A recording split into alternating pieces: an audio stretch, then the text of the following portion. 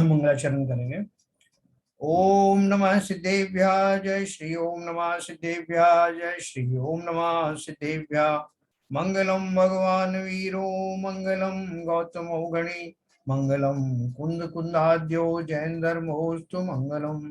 सर्वमंगल मांगल्यम सर्व कल्याण कारकम प्रधानम सर्वधर्माणां जैनम जयतु शासनम जैनम जयतु शासनम जैनम जयतु शासनम।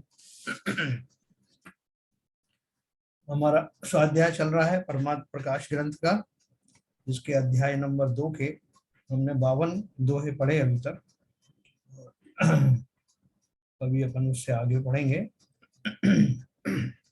जहाँ बीच में जो है पुण्य और पाप की चर्चा विशेष रूप से हो रही है, और इतना बढ़िया जो चित्रण इन्होंने किया है, तो अपन देखेंगे कि उसमें क्या विशेष बात है।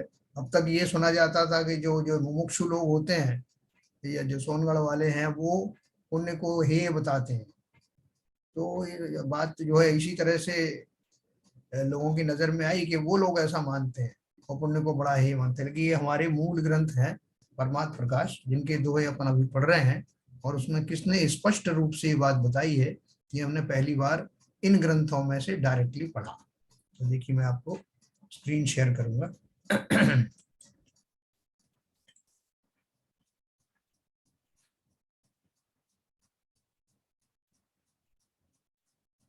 कल अपन ने देखी 53 नंबर के लास्ट में भावार्थ में पढ़ा था। निज शुद्धात्मा की अनुभूति की रुचि से विपरीत जो मिथ्या दर्शन, मतलब उसकी रुचि से विपरीत होगा तो मिथ्या दर्शन होगा। निज शुद्धात्मा के ज्ञान से विपरीत मिथ्या ज्ञान, और निज शुद्धात्म द्रव्य में निश्चल स्थिरता से उल्टा।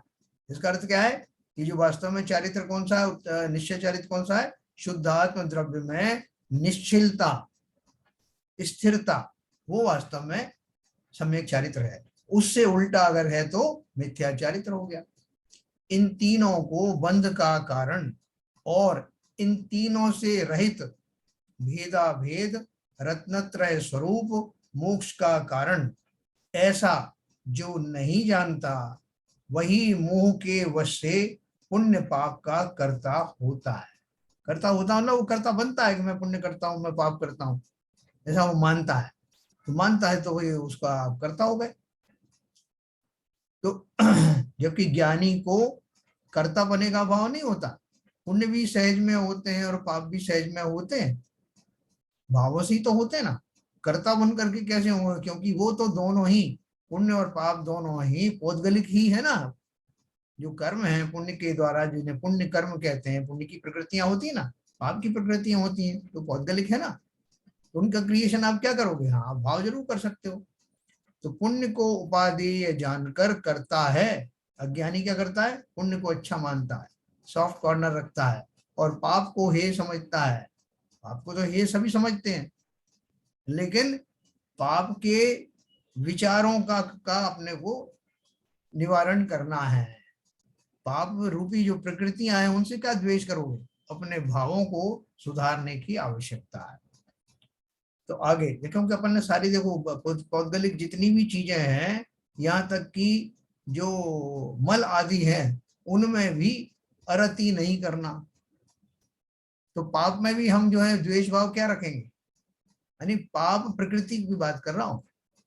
पाप के भाव, पाप करने के भाव तो वास्तव में है ही, लेकिन उनसे बंधी हुई प्रकृतियां वो भी पौद्गलिक ही हैं। हम क्या ऊपर ऊपर से तो करते हैं, अपने बोलते हैं कि पाप से डरो पापी से मत, या पाप को अवॉइड करो पापी को मत। उसका अर्थ क्या है कि किसी कारण से वो वृत्तियां किसी व्यक्ति में आ गई हैं, उसके कर्म का उदय अगर ऐसा है, तो वो जो वृत्तियां हैं उनको छोड़ना है, क्योंकि मेरे अंदर वो ना आ जाए। लेकिन वो व्यक्ति बेचारा किसी कर्म के वश अगर वैसा करता हुआ पाया जाता है, तो उसमें समता ही रखना है ना। तो अभी देखो ये क्या बोल रहे हैं, पुण्य को उपाधि जानकर करता है और पाप को हे समझता है। आगे अगला जो है 54 नंबर अपन पढ़ेंगे। दंशन नाण चरित मऊ जोन भी अपु मुणे मुख कारण भण विजिय सो पर ताई करे। इसका अर्थ क्या है? आगे सम्यक दर्शन, सम्यक ज्ञान, सम्यक चारित्र रूप परिणमता जो आत्मा, वह ही मुक्ति का कारण है। जो ऐसा भेद नहीं जानता वही पुण्य पाप दोनों का करता है, ऐसा दिखलाते हैं। अब कोई कहेगा कि साहब मैं पुण्य का करता हो रहा हूं तो अच्छी बात है ना। हमें तो सबने यही कहा कि वही पुण्य करो, पुण्य अर्जन करो, पुण्य बांधो, तो हम बांध तो रहे हैं। और आपने बोल भी दिया कि वही पुण्य पाप दोनों का करता है। बोले पाप तो छोड़ दो, लेकिन पुण्य का करता अगर आप मुझे बोल रहे हो तो बड़ी खुशी की बात। इसके लिए तो मैंने उपदेश सुना था और आपने मेरे को सील लगा दी कि आप पुण्य के करता हो। लेकिन वो क्या बोल रहे हैं कि पुण्य कोई ऐसी चीज नहीं है जो करने योग्य हो, वो तो ज्ञानी जनों को भी पुण्य तो बंधता है। और वो कैसे बनता है? अपने शुद्ध भाव में, अपने शुद्ध चिंतन में जिस समय वो जाते हैं, कषायों की मंदता होती है, शुभोपयोग में प्रवर्तते हैं, तब सातिशय पुण्य का बंध अवश्य ही होता है। वो करते नहीं है, जान के नहीं करते, क्योंकि जान के करें तो फिर वो जो बंधन है, दूसरे बंधन है, उनको स्वीकार करें। तो देखो आगे इसको और अच्छे से बताया है। जो सम्यक दर्शन, ज्ञान, चारित्रमयी आत्मा को नहीं जानता वही, हे जीव, उन पुण्य पाप दोनों को मोक्ष के कारण जानकर करता। दोनों के साथ दोनों का जोड़ी चलती है। अपन तो जो है उनमें से अपन तो बोलेंगे नहीं साहब इसमें आधी चीज तो हम भी नहीं मानते, पाप तो जो है ही। लेकिन पुण्य तो जो है, जो भक्ति आदि के द्वारा जो हमें मिलता है, उसके लिए तो हम तरसते रहते हैं। पूरी जिंदगी हमने लगा दी भक्ति भाव में, पुण्य की प्राप्ति में। और हम तो ये जानते हैं कि भक्ति से ही मुक्ति हो जाती है ना। इसी चक्कर में तो पूरा जीवन लगा दिया। आज भी जब अपन कोई स्वाध्याय की बात करते हैं तो प्रायोरिटी अपन किसको देते हैं? भक्ति को। नियम, संयम, शुद्ध भाव, चिंतन, सामायिक आदि, इसको प्रायोरिटी सेकंड नंबर पे, क्योंकि ये कहाँ दिखाई देती? ये आंतरिक मामला है ना। भक्ति तो बाहर से भी दिखाई देती। लोग कहें कितना भक्त आदमी, तो स्वाध्याय छोड़ छोड़ करके भक्ति में लग जाते हैं, जिससे अपना ज्ञान की प्राप्ति होती है, लेकिन वो देखा किसने? इसलिए लोग उसका मर्म नहीं समझते और भक्ति से ही मुक्ति मान करके उसमें जबरदस्त प्रवृत्ति करते हुए देखे जाते हैं। आगे मैं आपको चैप्टर दिखाऊंगा अलग से, जिसमें ऐसा लोगों को जो भ्रम है कि भक्ति से मुक्ति हो जाती है, वो भ्रम कितनी दूर तक जाता है मैं आपको बताऊं। तो देखो अभी क्या बोल रहे हैं, निज शुद्धात्मा की भावना से उत्पन्न, हाँ ऊपर अपन ने पढ़ा था, आत्मा को, सम्यक दर्शन, ज्ञान, चारित्रमयी आत्मा को जो नहीं जानता वही, हे जीव, उन पुण्य पाप दोनों को मोक्ष के कारण जानकर करता है। निज शुद्धात्मा की भावना से उत्पन्न जो वीतराग, सहजानंद, एक रूप सुख रस का आस्वाद, उसकी रुचि रूप सम्यक दर्शन, उसी शुद्धात्मा में वीतराग, नित्यानंद, स्वसंवेदन रूप सम्यक ज्ञान और वीतराग परमानंद, परम समरसी भाव कर उसी में निश्चय, स्थिरता रूप सम्यक चारित्र, इन तीनों स्वरूप परिणमित हुआ जो आत्मा, उसको जो जीव मोक्ष का कारण नहीं जानता वह ही पुण्य को आदरने योग्य जानता है और पाप को त्यागने योग्य जानता है। ये इतना बड़ा सेंटेंस दिया ना, तो शॉर्ट में क्या अर्थ है कि जो वास्तव में जो जानते हैं कि पुण्य और पाप दोनों ही आदरने योग्य नहीं है, वो कौन जीव होते हैं? वो जीव होते हैं जिन्हें आत्मा के स्वरूप का पता होता है, आत्मा के, शुद्धात्मा के चिंतन और अनुभव से ही मोक्ष होता है, ऐसा उनको पक्का विश्वास होता है और पाप को त्याग। तथा जो सम्यक दृष्टि जीव रत्नत्रय स्वरूप परिणित हुए आत्मा को ही मोक्ष का मार्ग जानता है, ठीक ना। जो सम्यक दृष्टि जीव रत्नत्रय स्वरूप परिणित हुए आत्मा को ही मोक्ष का मार्ग जानता है, वह यद्यपि संसार की स्थिति के छेदन का कारण और सम्यक्तादि गुण से परंपराए मुक्ति का कारण ऐसी तीर्थंकर नाम प्रकृति आदि शुभ प्रकृतियों को अवांछित वृत्ति से ग्रहण करता है तो भी उपादेय नहीं मानता है। देखो ये सेंटेंस कितना भारी सेंटेंस है। क्या लिखा उन्होंने, जो सम्यक दृष्टि जीव रत्नत्रय स्वरूप परिणित हुए आत्मा को ही मोक्ष का मार्ग जानता है, जिसने पक्का विश्वास कर लिया है कि पहले तो उन्होंने कंडीशन बता दी कि सम्यक दृष्टि होगा वो तभी ऐसा चिंतन करेगा। और क्या चिंतन करता है वो कि रत्नत्रय स्वरूप में अब मेरी जब आत्मा परिणित हो जाएगी, सम्यक दर्शन, सम्यक ज्ञान, सम्यक चारित्र की एकता जिस समय परिपक्व दशा को प्राप्त होगी, उस समय आत्मा की जो परिणति है वो मोक्ष के मोक्ष मार्गी ही होगी, ऐसा वो सम्यक दृष्टि जानता है।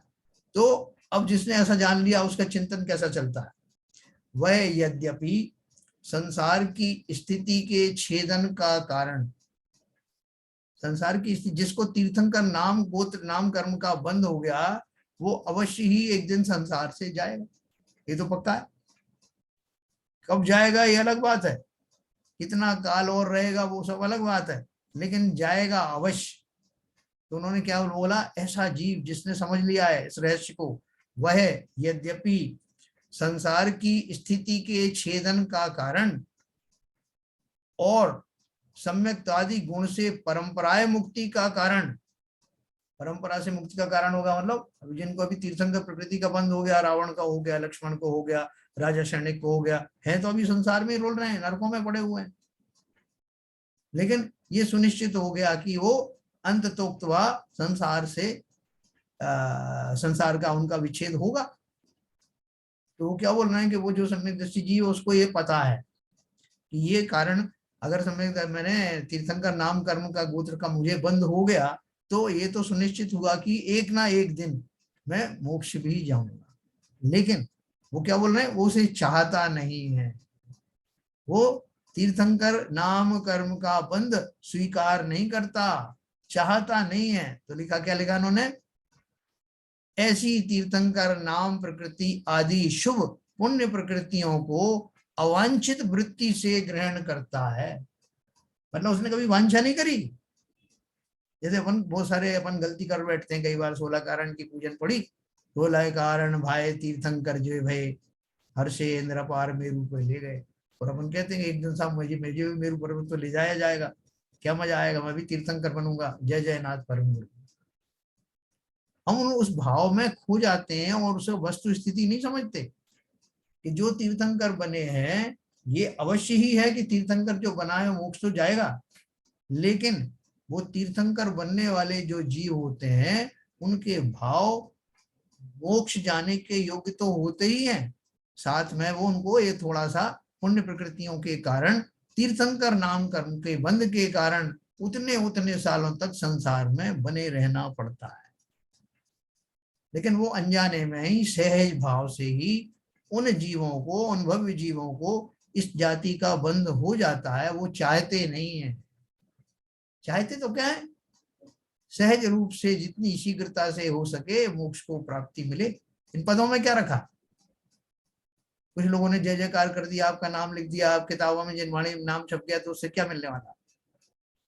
तो मैंने आपको पहले ही बताया था, जो तीर्थंकर बनते हैं वो जीव कभी ये वांछा नहीं करते कि मुझे तीर्थंकर बनना, जो वांछा करे वो बनता नहीं, अवांछित रूप से ही ये बंद होता है। और फिर एक बार बंद हो गया, अब वो उसे स्वीकार कर लेते हैं कि भाई ठीक है, जैसी स्थिति बनी वैसी बनी, फिर उससे द्वेष भी नहीं करते। इसलिए लिखा ना, शुभ प्रकृतियों को, तीर्थंकर नाम प्रकृति आदि शुभ प्रकृतियों को अवांछित वृत्ति से ग्रहण करता है तो भी उपादेय नहीं मानता है। भाई साहब हमें वो मिल रहा है तो बहुत बढ़िया बात, तीर्थंकर, ऐसा उसको भाव नहीं आता। पहले तो बांधने की उसने वृत्ति ही नहीं करी थी मन में, लेकिन भावों की वो जाति बन गई। और दूसरा ये कि ये अच्छी बन गई, ऐसा भी वो नहीं मानता, मुझे ये बांधना है, ऐसा तो होता ही नहीं। कर्म प्रकृतियों को तो त्यागने योग्य ही समझता है, इसमें पुण्य और पाप दोनों आ गए ना, दोनों प्रकृति।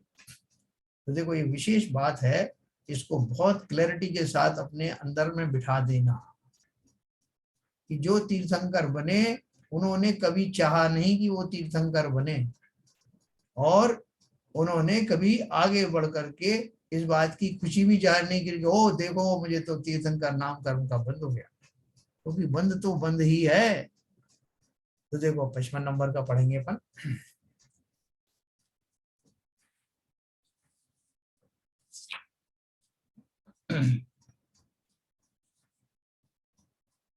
जोड़नवी मन्नई जीवसम पुण्य भी पाऊ भी दोई। पुण्य मन पुण्य, पाऊ मन पाप। जोड़नवी मन्नई जीव, जीव मन जीव, जोड़नवी मन्नई जीव समूह पुण्य भी पाऊ भी दोई। सो चिरु दुख सहन तुझिए मोही हिंडई लोई। देखिए इसका अर्थ क्या है आगे। जो निश्चय नय से पुण्य पाप दोनों को समान नहीं मानता, वह मोह से मोहित हुआ संसार में भटकता है, ऐसा कहते हैं। जो निश्चय नय से पुण्य पाप दोनों को समान नहीं मानता, वह मोह से मोहित हुआ संसार में ही भटकता है, ऐसा कहते हैं। जो पुण्य और पाप दोनों को समान नहीं मानता, वह जीव मोह से मोहित हुआ चिरम यानी बहुत काल तक, दुखम यानी दुख सहता हुआ संसार में भटकता है। ये अपराध है। आपने अगर पुण्य और पाप दोनों को एक जैसा अकार्यकारी मुक्ति के मार्ग में नहीं माना तो सारे फंडामेंटल गलत हो गए। फिर तो बंध से ही आप मोक्ष को प्राप्त करना चाहते हैं, जबकि बंध तो संसार में रुलाने वाले और मुक्ति के मार्ग से रोकने वाले होते हैं। उनको आपने उपादेय मान लिया तो अवश्य ही संसार में ही भटकने वाले। वह जीव मोह से मोहित हुआ बहुत काल तक दुख सहता हुआ संसार में भटकता। भावार्थ है यद्यपि असद्भूत यानी असत्य, एक उन्होंने ब्रैकेट में असत्य लिखा है, यद्यपि असद्भूत असत्य व्यवहार नय से द्रव्य पुण्य और द्रव्य पाप ये दोनों एक दूसरे से भिन्न हैं। नजर भी आते हैं और हैं भी, पुण्य और पाप में फर्क तो है ना। और अशुद्ध निश्चय नय से भाव पुण्य और भाव पाप ये दोनों भी आपस में भिन्न है, यानी भाव भी भिन्न है और उनसे उत्पन्न होने वाले जो फिजिकल कर्म है वो भी डिफरेंट है, अलग है। तो भी शुद्ध निश्चय नय कर पुण्य पाप रहित शुद्धात्मा से दोनों ही भिन्न हुए बंध रूप होने से दोनों समान ही हैं। क्या होता है? पुण्य और पाप द्रव्य रूप से भी अलग अलग हैं, भाव रूप से भी अलग अलग हैं, लेकिन एक बात निश्चित है कि ये इन दोनों को दोनों ही बंधन की अपेक्षा से एक जैसे ही हैं ना। बंधन की अगर देखें तुलना तो एक ही, रस्सी से बांध दो चाहे चेन से बांध दो, दोनों है। तो ये देखो बहुत क्लैरिटी के साथ समझना, क्योंकि ये हमारे मूल ग्रंथों में दिया है, ये किसी और ने नहीं बना के हमको परोसा है। बहुत सारे लोगों ने अभी बीच में ऐसा कहना शुरू किया था कि ये सोनगणियों ने उसमें मिला दिया है, मूल ग्रंथ में नहीं। इसलिए जिनवाणी में से वो पूजन में बदल दिया। जैसे अपने वो पढ़ते हैं ना, पाप पुण्य मय दोए पायन बेड़ी डारी तन कारागृह माही मोही दियो दुख भारी। पूजन अपन रोज पढ़ते हैं। लोगों ने क्या किया कि कुछ लोगों ने उसमें से पुण्य को हटा दिया और क्या कर दिया उसमें, पाप पुंज मय दोए। उन्होंने कहा पाप के पुंज ने मेरे दोनों पैरों में बेड़ी डाल दी, जबकि मूल पाठ क्या है, पाप पुण्य मय दोए पायन बेड़ी डाली। क्योंकि वो पुण्य को जो है वो हे नहीं मान सकते थे, उनको पसीने आ जाते थे, क्या बात कर रहे हो। और बोले ये तो सब लोगों ने इसमें बदल दिया है। आप देखो ये हमारे मूल ग्रंथ है, समय सार आदि ये सारे ग्रंथ मूल ग्रंथ है। तो उनमें कितनी जोर दे करके ये बात कही गई है कि पाप को तो दुनिया पाप मानती ही है, पुण्य भी मुक्ति के मार्ग में पाप जैसा ही है। ठीक है, तो ये ध्यान रखना। और एक मैंने तीर्थंकर के बारे में जो गलतफहमी थी हम सबको हो जाती है कि हमें तीर्थंकर बनना है। पहली बात तो जो चाहता है उसे मिलता नहीं, क्योंकि वो निदान बंद होता है। दूसरी बात ये कि जो ज्ञानी है वो किसी तरह के बंधन चाहेगा क्यों? चक्रवर्ती का पद मिल जाए तो क्या इतने साल तक जी करके क्या करने वाले हो संसार में? और पाप ही तो बांधोगे जिसको सब खिलाना पड़ेगा। तो इसलिए बहुत क्लियर रहना। आगे देखिए, निश्चय नहीं कर पुण्य पाप रहित शुद्ध आत्मा से, दोनों ही भिन्न हुए बंध रूप होने से दोनों समान ही हैं बंधन की अपेक्षा से। अभी जब 56 नंबर, छोटे छोटे दोहे, बड़े सुंदर दोहे हैं और ये बिल्कुल माइलस्टोन है पक्का आपके जीवन में। एक बार ये इनके ऊपर विश्वास हो गया तो जीवन पूरा बदल जाने वाला। ये विश्वास करने का समय आ गया है। ये हम कोई नॉवेल नहीं पढ़ रहे, किससे कहानी नहीं पढ़ रहे। ये जो सिद्धांत है, मूल सिद्धांत जैन धर्म के, आज से और अभी से अपने हृदय पटल पर अंकित कर लेना। तो देखो क्या लिखा है इन्होंने 56 नंबर का। बहुत छोटे छोटे दोहे हैं। वर्जिय पावई सुंदरई, नाणिये ताई भणंती, जीव है दुख जणिव लहू, शिवमयी जाई कुणंती। देखो क्या बात, बढ़िया सी बात की उन्होंने। आगे, जिस पाप के फल से यह जीव नरकादि में दुख पाकर उस दुख के दूर करने के लिए धर्म के सम्मुख होता है, उस पाप का फल भी श्रेष्ठ है ऐसा दिखलाते हैं। क्या बात बढ़िया की। जिस पाप के फल से यह जीव नरक आदि में दुख पाकर उस दुख के दूर करने के लिए धर्म के सम्मुख होता है, उस पाप का फल भी श्रेष्ठ है ऐसा दिखलाते हैं। अपन कहते हैं ना, बहुत सारी जो है वो ऐसी आपदाएं होती हैं, वो आपके लिए वरदान बन जाती हैं, अपॉर्चुनिटी बन जाती है। कि आपको विपरीत चीजें आई, बहुत कष्ट आए, तो संसार से मोह भंग हो गया। करे क्या रखा है संसार में। वो कब आया? जब आप अच्छे खासे मस्त चल रहे थे, भोग आदि में लिप्त थे, कोई परेशानी नहीं आ रही थी, तो कौन ने सोचा कि चलो मोक्ष हो के आ जाते, बहुत आनंद आ रहा है, एक टूर वहां का भी करके आते। ऐसा किसी ने नहीं सोचा। लेकिन जब किसी का अत्यंत तीव्र घटनाओं या दुखों के कारण मोह भंग हुआ और विश्वास हो गया कि संसार रहने लायक जगह नहीं है, इससे छूटने के लिए धर्म का ही सहारा लेना पड़ेगा, ऐसा जिन जिन को विश्वास हुआ उनको मुक्ति मिली। और उसके निमित्त में, उसके पूर्व में, उसके कारण रूप से वो जो दुखों का पहाड़ था, वो जो प्रतिकूलताएं थी, वही तो बनी निमित्त। इसलिए उन्होंने बोला आगे, हमें तो वो पाप का फल भी स्वीकार्य है जिसके बाद फलस्वरूप मैं चेत तो जाऊं। सिंह की पर्याय में उस सिंह को जब उन्होंने उद्बोधा, मुनिराज ने कहा, अरे मृगराज, अरे सिंहराज, तुम कहाँ भटक रहे हो? तुम तो वास्तव में सिंह हो, वास्तव में वो शुद्ध आत्मा हो जो समस्त प्रकार से पराक्रमी है। तुम कहाँ ये पशुओं को मारने के पराक्रम में भिड़े हुए हो? क्या प्राप्त किया तुमने? कितने काल तुमने गुजार दिए?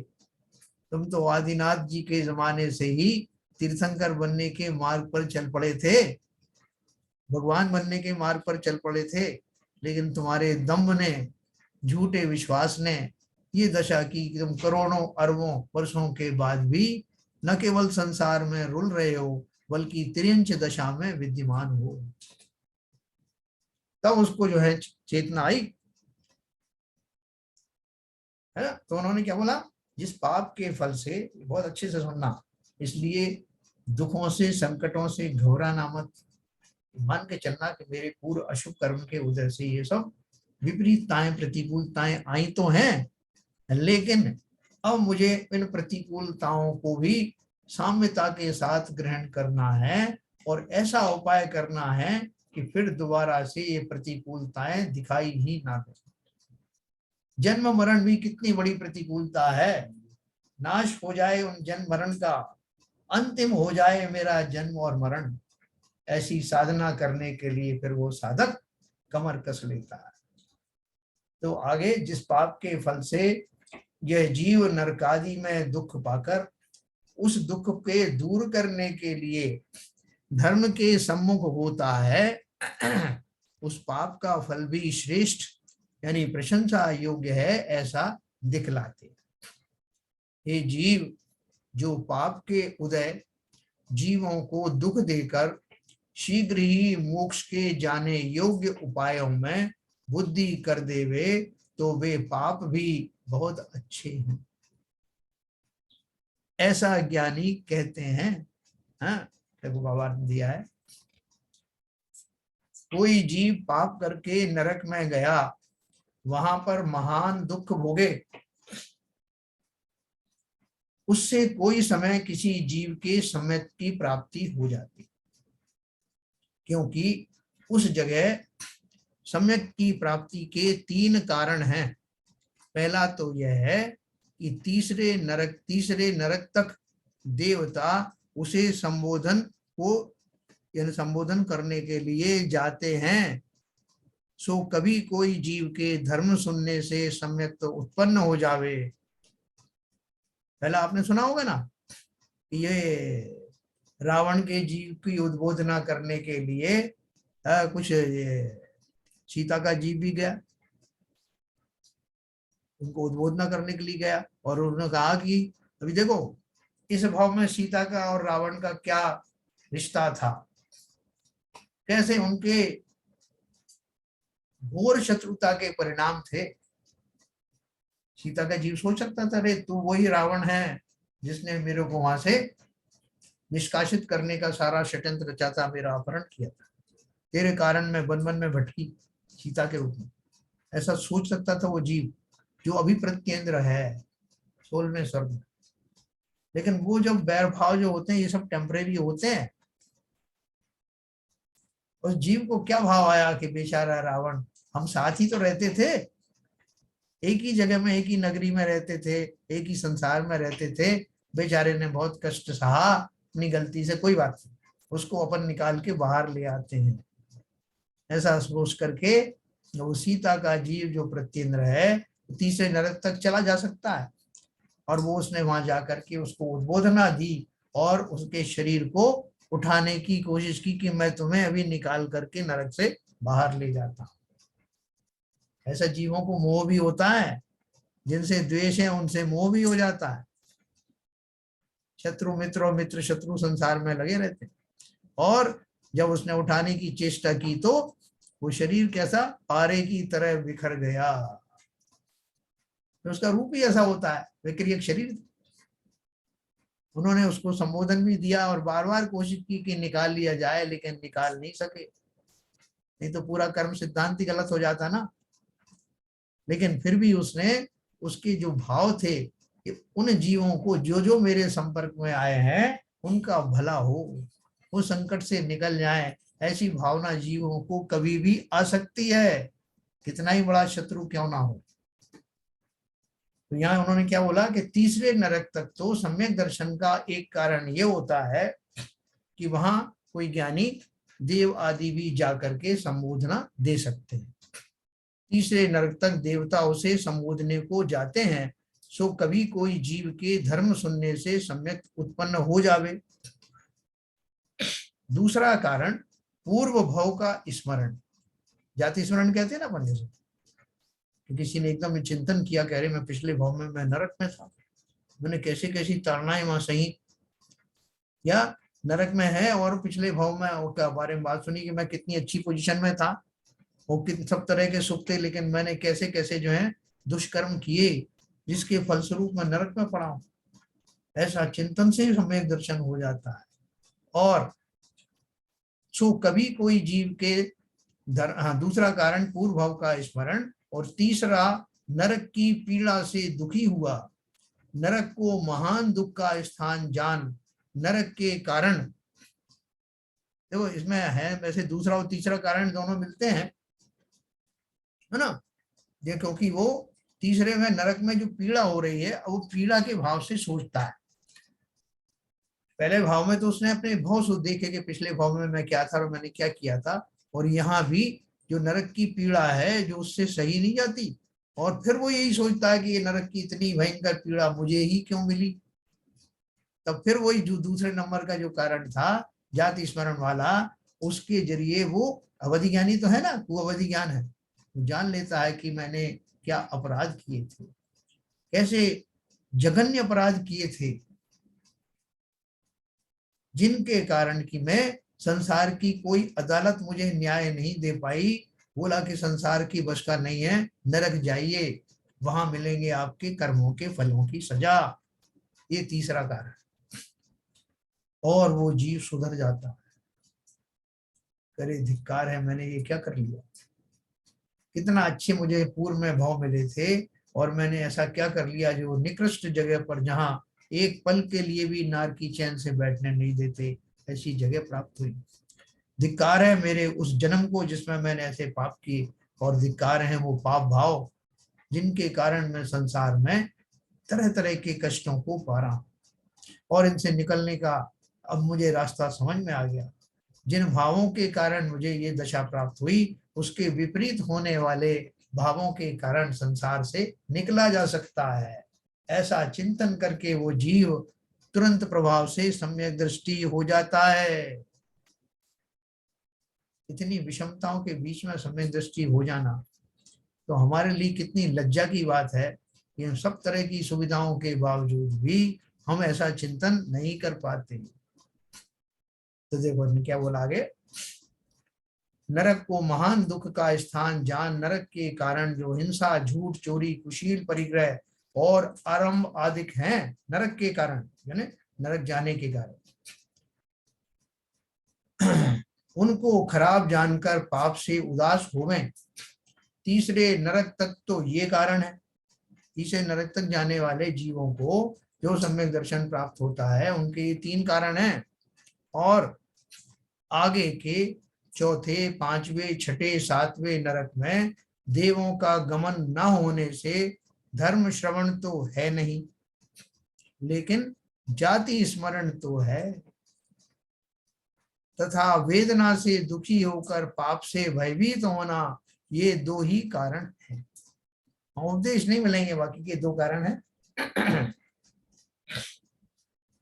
इन कारणों को पाकर किसी जीव के सम्यक उत्पन्न हो सकता। इस नय से कोई भव्य जीव पाप के उदय से खोटी गति में गया और वहां जाकर यदि सुलट जावे तथा सम्यक पावे तो वह कुगति भी बहुत ही श्रेष्ठ है। देखो इसका ये अर्थ मत लगाना कि भाई साहब हम तो यही अभी मना रहे हैं कि अपन जितने पाप कर सकते हो कर लो, और इतने करो कि अपन नरक चले जाए, और फिर नरक में अपन सम्यक दर्शन ले लेंगे। हैं, ऐसे ही छल में मत पड़ जाना, क्योंकि फिर तो मैंने उन पाप भावों को हे की बजाय उपादेय मान लिया। तो उन्होंने ये बोला कि बाई चांस अगर किसी को ऐसे हो भी गए हैं तो अगर उसको इस तरह के भाव हो जाते तो मान लेना कि ये मेरा जो है इस अपेक्षा से ये मेरे लिए अपॉर्चुनिटी बन गई। अभी कोरोना काल में बहुत लोगों को जो है अपॉर्चुनिटी मिल गई ना, जैसे अब कोरोना आया तो साहब उसमें जो है आपको जो है ऑनलाइन बहुत सारे काम करने को मिले और बहुत खुश हो गए। तो फिर भी आप चाहोगे क्या कि इस तरह का कोरोना बार बार आए? हैं? तो ये जो है जो चीजें घटित होती हैं सहज में ही घटित होती हैं, और उनसे अगर हम उपकृत हो जाते हैं, ये कहने का अर्थ क्या चल रहा है, किसी भी दशा में होने वाली घटनाओं में समता भाव कैसे रखें। अर्थात इस तरह के कष्ट अगर आ ही गए हैं, इस तरह के मेरे पापों का सृजन हो ही गया है, तो अब उनसे होने वाले दुखों को समता पूर्वक सहन करके और अपने सम्यक दर्शन आदि भावों में स्थिर हो जाना, उन भावों की प्राप्ति कर लेना, ये बात कही।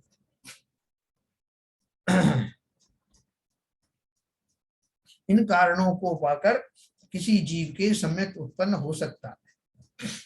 इस नय से कोई भव्य जीव पाप के उदय से खोटी गति में गया और वहां जाकर यदि सुलट जावे तथा सम्यक पावे तो वह कुगति भी बहुत श्रेष्ठ है। यही श्री योगेंद्राचार्य ने मूल में कहा है, जो पाप जीवों को दुख प्राप्त कराकर फिर शीघ्र ही मोक्ष मार्ग में बुद्धि को लगावे तो वे अशुभ भी अच्छे हैं, तथा जो अज्ञानी जीव किसी समय अज्ञान तप से देव भी हुआ और देव से मरकर एकेंद्रीय हुआ तो वह देव पर्याय पाना किस काम का। आदिनाथ भगवान को वो नीलांजना की घटना अपन को याद आती ना, कि वो जैसे ही उसका देहावसान हुआ तो इंद्र ने तो तुरंत रचना कर दी वैसी, बाकी लोगों को तो पता भी नहीं पड़ा। लेकिन उन्होंने क्या सोचा, क्या वो घटना अगर नहीं होती तो अच्छा होता क्या। आदिनाथ भगवान ने क्या सोचा कि चलो बहुत अच्छा हुआ, वो पॉइंट आ गया, ट्रिगरिंग पॉइंट, कि संसार क्षण भंगुर है, यहाँ कुछ भी परमानेंट नहीं। और यही सोच करके तो इंद्र साहब ने उसको उतारा था।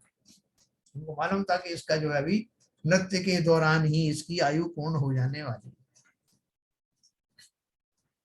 तो उनको वैसा निमित्त मिला और उस निमित्त को उन्होंने किसी तरह से, ऐसा नहीं सोचा कि इंद्र को ऐसी मिली थी जो इसी क्षण में उसको पेश करना था, लंबी आयु वाले को भेजना था, तो नहीं आया ना स्वभाव उनका। बहुत बढ़िया समय आ गया है, तुरंत प्रभाव से इस क्षण भंगुर संसार से विदा लेने के क्षण आ गए।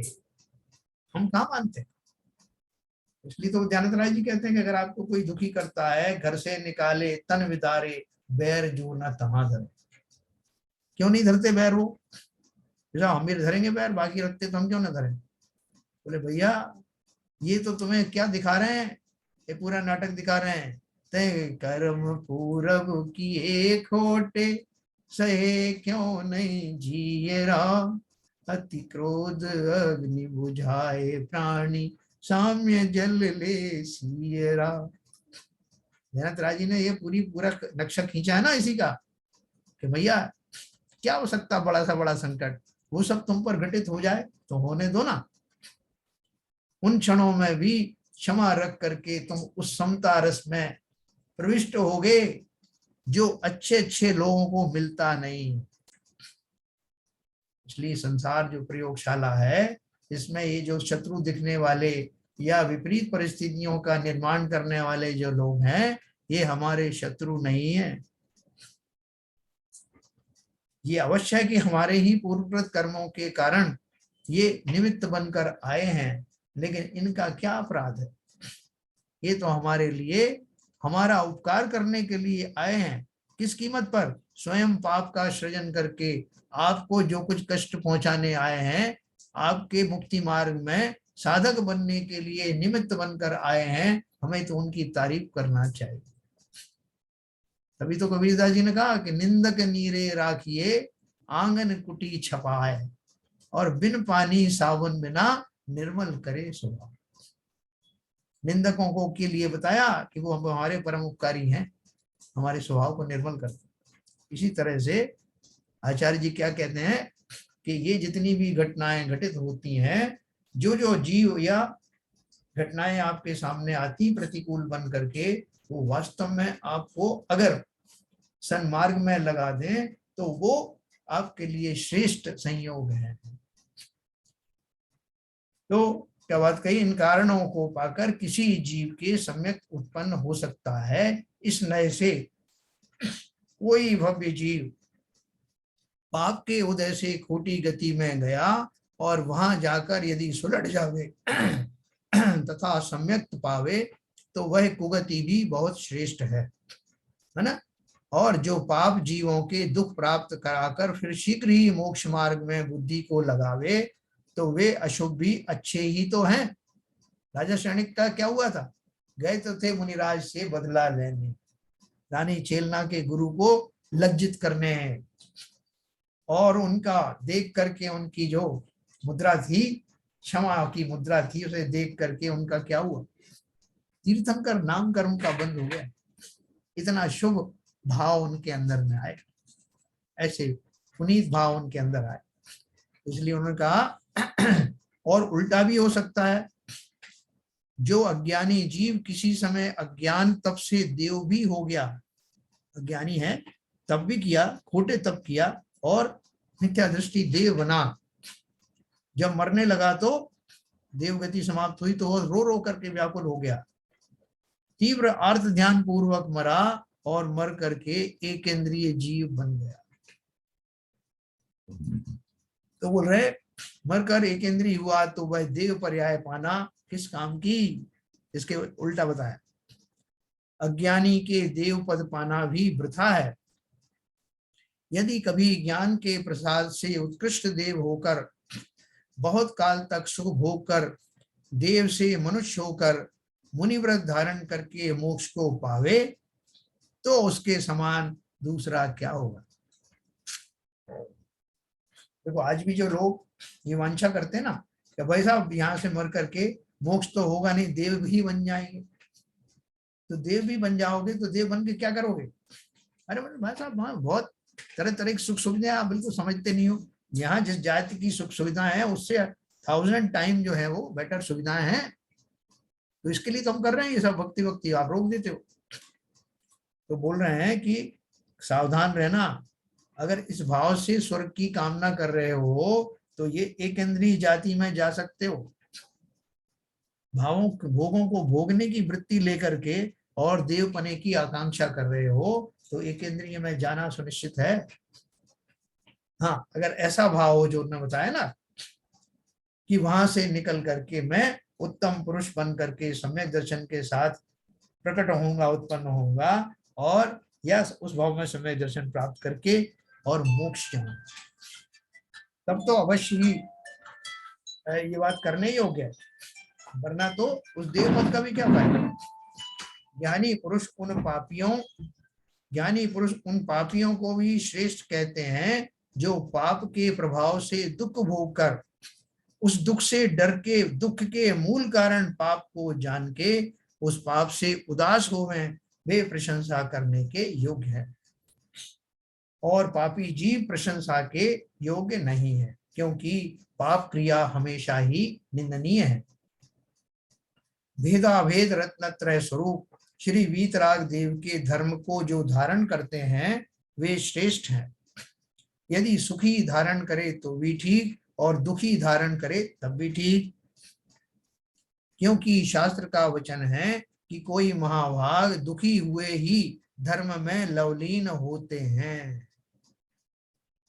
जब तक हम सुखी हैं, साता में हैं, उस समय हमारे अगर कोई भाव ऐसे आते हैं तो धर्म ध्यान आदि के तो अवश्य करना चाहिए वो तो, लेकिन वो कहते हैं कि अगर उनको प्रतिकूलता भी आ जाए तो वो और गहरे चले आते हैं। जैसे वो गज कुमार मुनिराज की सिगड़ी चलाई थी ना, तो उनके पूर्व कृत पाप के उदय के कारण ही वो बैरी उनका ससुर बैरी बन के आया और उसने ये कांड किया। कर्म किसका था? मुनिराज का ही था, वो तो निमित्त था। लेकिन और मुनि पहले से बने हुए थे, साधना में रत थे, और जब वो उपसर्ग आया तो उन्होंने उस उपसर्ग को अपॉर्चुनिटी में अवसर में बदल दिया। ये उपसर्ग साक्षात इस बात का मुझे पैगाम देने आया है कि और गहरे उतरो और उन उपसर्गों को गलत साबित कर दो। काय का उपसर्ग? शरीर पर होने वाले क्या कोई उपसर्ग मुझे उस भाव से डिगा नहीं सकते, क्योंकि शरीर ना तो मैं शरीर हूं ना ही शरीर मेरा है। ऐसा भाव चिंतन बहुत गहराई से किया, उतनी गहराई और उतनी उच्चतम सीमा में पहुंच गए कि केवल ज्ञान हो गया। इसलिए ऐसी अपॉर्चुनिटीज जो है उनको अवेल करना चाहिए। चलिए मैं आपको करूंगा।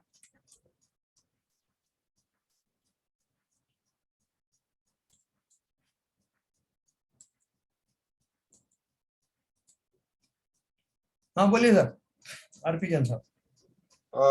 मैं तो बस इतना ही, ये लास्ट वाले उसमें पैरा में इन्होंने एक खास चीज से शुरू किया लेकिन बाद में उसका निराकरण किया कि कहा तो ये जैसे पाप बहुत अच्छी चीज है जिसके फल से जो है शुरू में जो कहा, हाँ, और उसका ग्लोरिफिकेशन भी हुआ, लेकिन बाद में उन्होंने क्लैरिफाई किया कि भाई नहीं, ऐसा नहीं है कि पाप जो है पर से अपने आप में ग्लोरिफिकेशन के लायक है, उसमें ज्ञान का जो पुट होता है हाँ वही सबसे ज्यादा इम्पोर्टेंट है। ज्ञानी जो जानता है वही इम्पोर्टेंट है। बिल्कुल सही। नहीं तो तो महिमा मंडन पाप का नहीं है एक्चुअली में। हाँ पापा नहीं तो लोग यही सोचेंगे भाई साहब जितना बन सकता उतना करो, उसके हाँ, बाद में महिमा जो मंडन तो ज्ञान का है एक्चुअली में, कि ज्ञानी समझ पाया इस चीज को। क्योंकि समस्त पापी जन जिनको बड़े बड़े दुख का सामना करना पड़ा, वो जरूरी नहीं कि वो सुधर गए हों, सभी और घोर सुधर गए पाप में हों। चले और घोर पाप में चले जाते हैं। ना, but in general it's true कि जब तक आप कष्ट में नहीं हो, शायद सम्यक दर्शन की प्राप्ति कष्ट की वजह से ज्यादा हो जाती है। प्रतिकूल ज्यादातर ये सब कष्ट की वजह से ही, जो तीसरा कारण उन्होंने बताया है कि पाप उसमें नरकों में जाके जो 3 कारण बनते हैं, उनमें तीसरा कारण हमेशा ही प्रेजेंट रहता है। देखो संसार में भी मोक्ष क्यों जाना चाहेगा आदमी, ये बताओ। अपन को जब तक ये सब चीज नहीं मालूम हो कि संसार क्षणभंगुर है, यहाँ दुखी दुख है, या किसी तरह से की सुख सुविधा आकुलता बनी रहती है, जब तक ये सब आप नहीं बताओगे तो लोग क्यों जाना चाहेंगे, मोक्ष क्या है वहां। तो इसलिए वो जितनी भी जो दुख है उनका स्वरूप, वो प्रतिकूलताएं भले ही हमारे ऊपर डायरेक्ट ना भी पड़े, तब भी उनका स्वरूप जान करके जो ज्ञानी है वो तो समझ जाते हैं।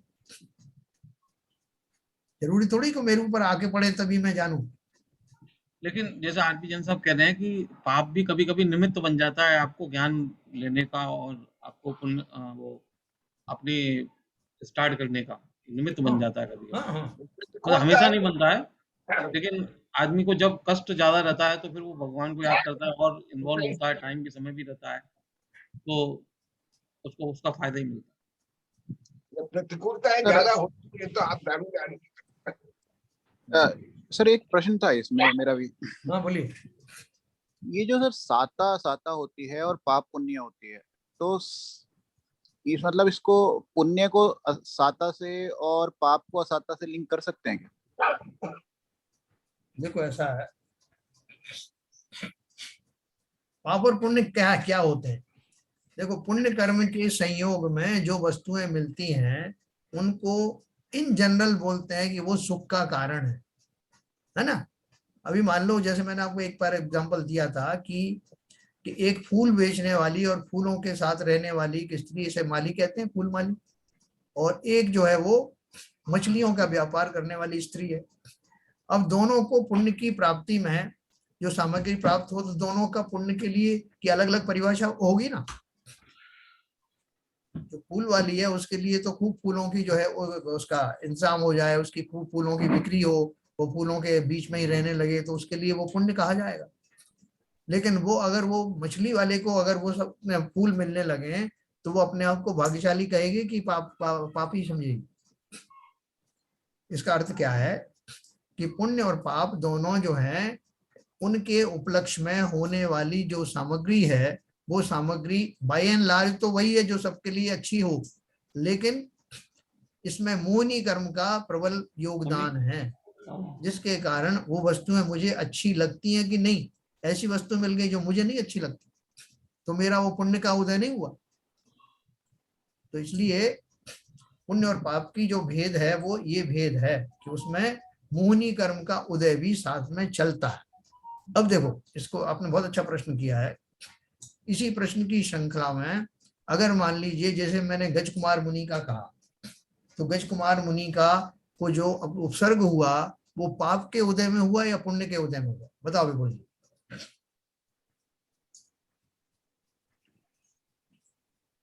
उपसर्ग तो पाप के उदय में हुआ, लेकिन जो उन्होंने समता बनाए रखी वो उनको पुण्य के उदय से हुई।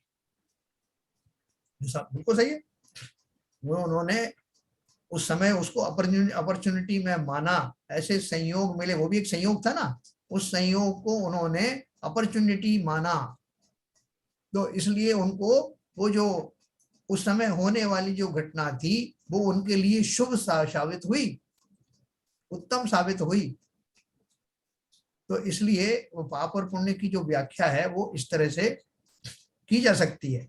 बाय एंड लार्ज तो सामग्री वो मिलती है आपके जो शुभ भाव होते हैं, जिन्हें सब लोग शुभ ही कहते हैं, उनके उपलक्ष्य में प्राप्त होने वाली जो सामग्री है बाय एंड लार्ज जिन्हें सारी दुनिया ही पुण्य सामग्री मानती है वो ही पुण्य है, लेकिन अपवाद रूप से वही सामग्री किसी किसी को वो पाप रूपी पाप के यही सर, कारण प्राप्त हुई ऐसा मानता है। सर यही मेरा प्रश्न था एक्चुअली, बिकॉज जैसे कि आज हमें ये अवसर प्राप्त हो रहा है कि हम आपको सुन पा रहे हैं, थोड़ा बहुत समझ भी पा रहे हैं, हाँ। और हमें समय भी मिल पा रहा है, हम इस तरह के प्रोफेशन में है कि आज बैठ भी पा रहे हैं और हमें लाभ हो रहा है, तो क्या ये हमारे पुण्य का उदय नहीं है?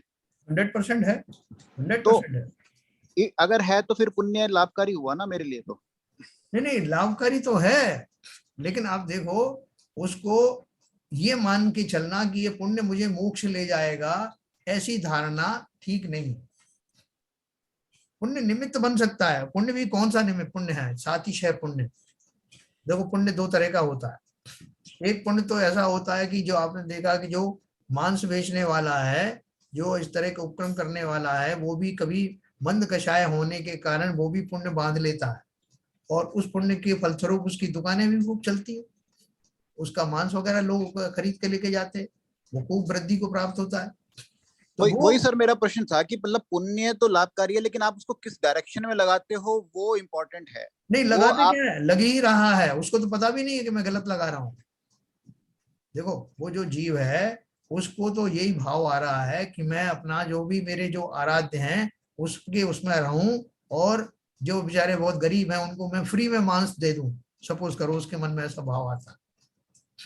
तो उसने उस दया की करुणा के फलस्वरूप जो भाव हुए उन व्यक्तियों के प्रति, उससे किंचित पुण्य तो बांधा, लेकिन खोटा पुण्य बांधा। तो ऐसा जो खोटा पुण्य है वो आपको कभी भी मोक्ष जाने की कोई अपॉर्चुनिटी नहीं देगा, जबकि ये जो सातिशय पुण्य अपन बांध रहे हैं ये निमित्त बन सकता है, बनता ही है, लेकिन निमित्त बनना एक अलग बात है। और दूसरा ये कि मैं ये शुभ भाव ही करता रहूं, ये पुण्य ही मुझे मोक्ष ले जाएगा, ऐसा भाव। क्योंकि पुण्य क्या है? ये बंधन है ना, कर्मों का सृजन होना, किसी भी जाति के कर्म का सृजन होना, क्योंकि पुण्य प्रकृतियां भी सब छोड़नी पड़ती, खिलानी पड़ती। इसलिए सहज में ही जो पुण्य हो रहा है, सहज में ही जो पुण्य बंद हो रहा है, सातिशय जो हो रहा है, जो मुक्ति के मार्ग में डायरेक्टली नहीं इनडायरेक्टली आपको सहकारी है, ऐसा पुण्य सहज में होने दो। अपन वो पुण्य बांधने के लिए, देखो अभी आपने कहा कि हम जो है सुन पा रहे हैं, ये समझ पा रहे हैं, तो अल्टीमेटली हमारा गोल क्या है? खाली सुनना ही थोड़ी है। अल्टीमेटली ये संयोग इकट्ठे करना ही तो हमारा उद्देश्य नहीं ना।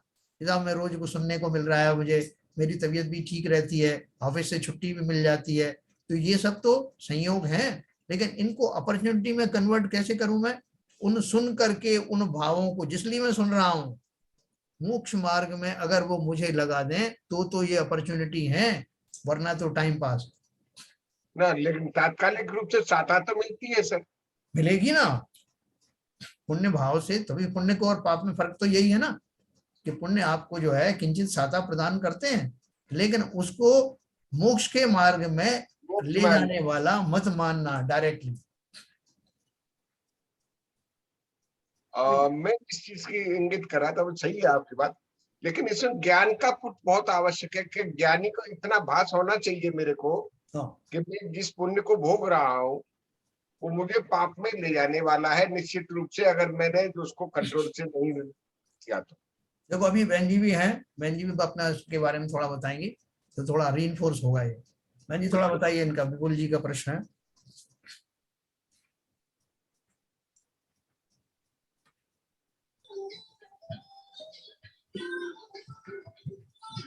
हाँ, सब तो बता दिया भाई साहब आपने और क्या है बताने के लिए? अब सब इतने दिन से सुन रहे हैं, सबको समझ में आ रहा है, सबको पता है कि नियमित रूप से ही कार्यकारी है, डायरेक्ट रूप से नहीं। लेकिन हाँ, मोक्ष पाप जो है, पाप सहकारी कारण नहीं बन पाता है, पुण्य सहकारी कारण बन पाता है।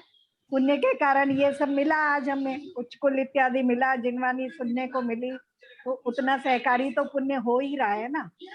और पाप से बचे, पाप को गिराना कठिन है, पाप को गिराने के लिए 10वें गुण स्थान तक मेहनत करनी पड़ती है, वहां तक पाप का बंद होता है 10वें गुण स्थान तक। वहां तक मेहनत करनी पड़ती है, पुण्य को गिराने की उतनी मेहनत नहीं करनी पड़ती फिर ऊपर जाके। बस इतना ही अंतर है, सिर्फ, और कोई अंतर नहीं। ठीक है विपुल जी। हाँ जी सर, मेरे को मतलब ये स्टेटमेंट को थोड़ा सा और अगर हम ऐसे बोल दें कि अगर जब तक वो पुण्य आपके मोक्ष मार्ग में निमित्त बन रहा है तब तक तो ठीक है, लेकिन अगर आप उस पुण्य को यूज करके सांसारिक कार्यों में दोबारा से लिप्त होके दोबारा से पाप बंद कर रहे हो तो वहां पे वो गलत हो जाएगा।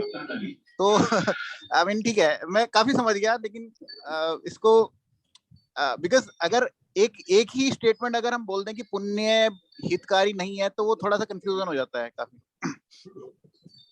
क्योंकि कभी कभी वो मोक्ष मार्ग में मुझे वो साधन तो चाहिए, वो एनवायरनमेंट तो चाहिए जिससे मैं साधना कर सकूं, जिससे मैं तप कर सकूं, जिससे मैं मुझे वो सब चीजें उपलब्ध हों जो कि सहायक होती हैं मोक्ष मार्ग में, वो सब तो चाहिए। तो अगर मेरी डायरेक्शन सही है तो मेरे लिए पुण्य हितकारी है, अगर मेरी डायरेक्शन उल्टी है तो पुण्य भी पाप में कन्वर्ट हो जाएगा।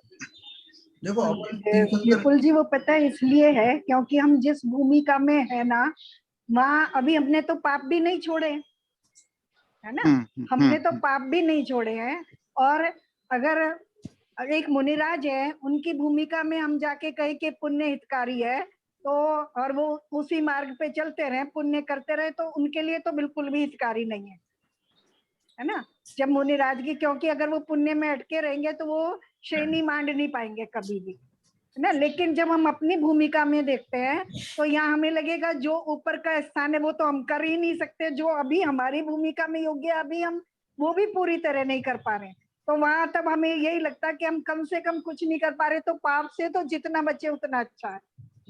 तो ये भूमिका के अनुसार है। तो अभी हमारी भूमिका में हमारे लिए पुण्य हितकारी है, लेकिन अगर हम उस मोक्ष मार्ग पे जब आगे बढ़ जाएंगे तो वहां हमारे लिए पुण्य भी पाप की तरह अहितकारी ही है। तो भूमिका के हिसाब से अब देखो, क्योंकि हम उस भूमिका में तो हमें लग ही नहीं पाता कि यहाँ हमारे लिए पुण्य हितकारी है, क्योंकि हम तो पाप से भी नहीं बचे हैं अभी। हम में से कोई ऐसे नहीं है जिन्होंने पांचों पापों का एक देश भी त्याग किया हो। इस बात को असली मान भी पा रहे हैं कि 2 साल के स्वाध्याय से समझ पाए, नहीं तो आज पहले दिन हमको स्वाध्याय में बैठा के यदि बोल दिया जाए कि पुण्य हितकारी नहीं है तो हम बोलेंगे अरे ऐसा कैसे। फिर हमें स्वाध्याय में आने की जरूरत क्या है।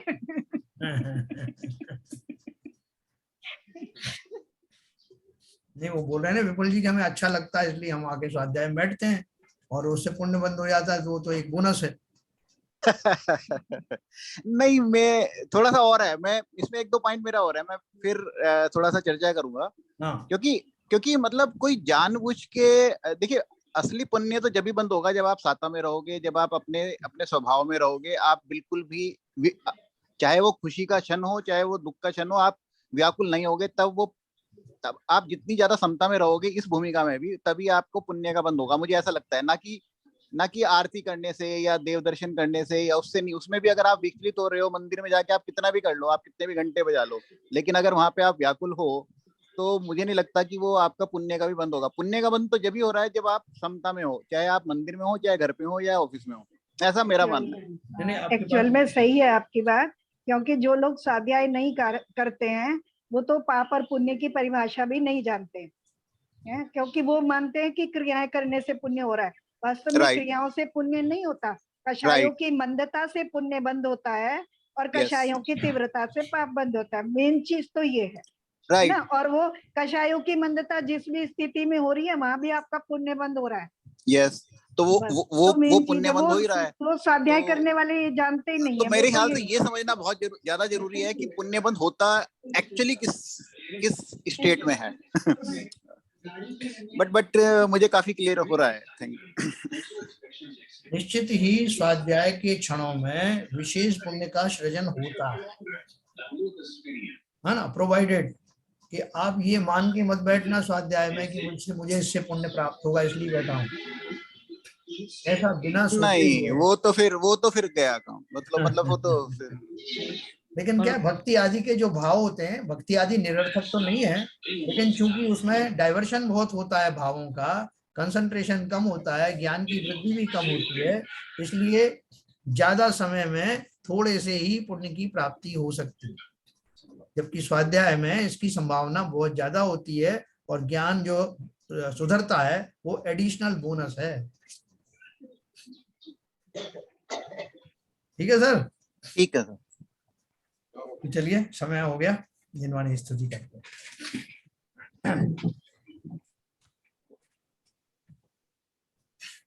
मिथ्यातम नाश वे को, ज्ञान के प्रकाश वे को, आपा परोभास वे को, भानु सी बखानी है। छाओ द्रव्य जान वे को, बंध विधि भान वे को, स्वपरूपी छान वे को, परम प्रमाणी है। अनुभव बताए वे को, जीव के जताए वे को, काहू ना सताए वे को, भव्य उर्यानी है। जहाँ तहाँ तार वे को, पार के उतार वे को, सुख विस्तार वे को, यही जिनवाणी है। हे जिनवाणी भारती तो जपो दिन रैन, जो तेरी शरणागरे सो पावे सुख चैन। जा वाणी के ज्ञान ते सूझे लोकालोक, सो वाणी मस्तक धरूं सदा दे तू लोक। जिनवाणी माता की जय। जय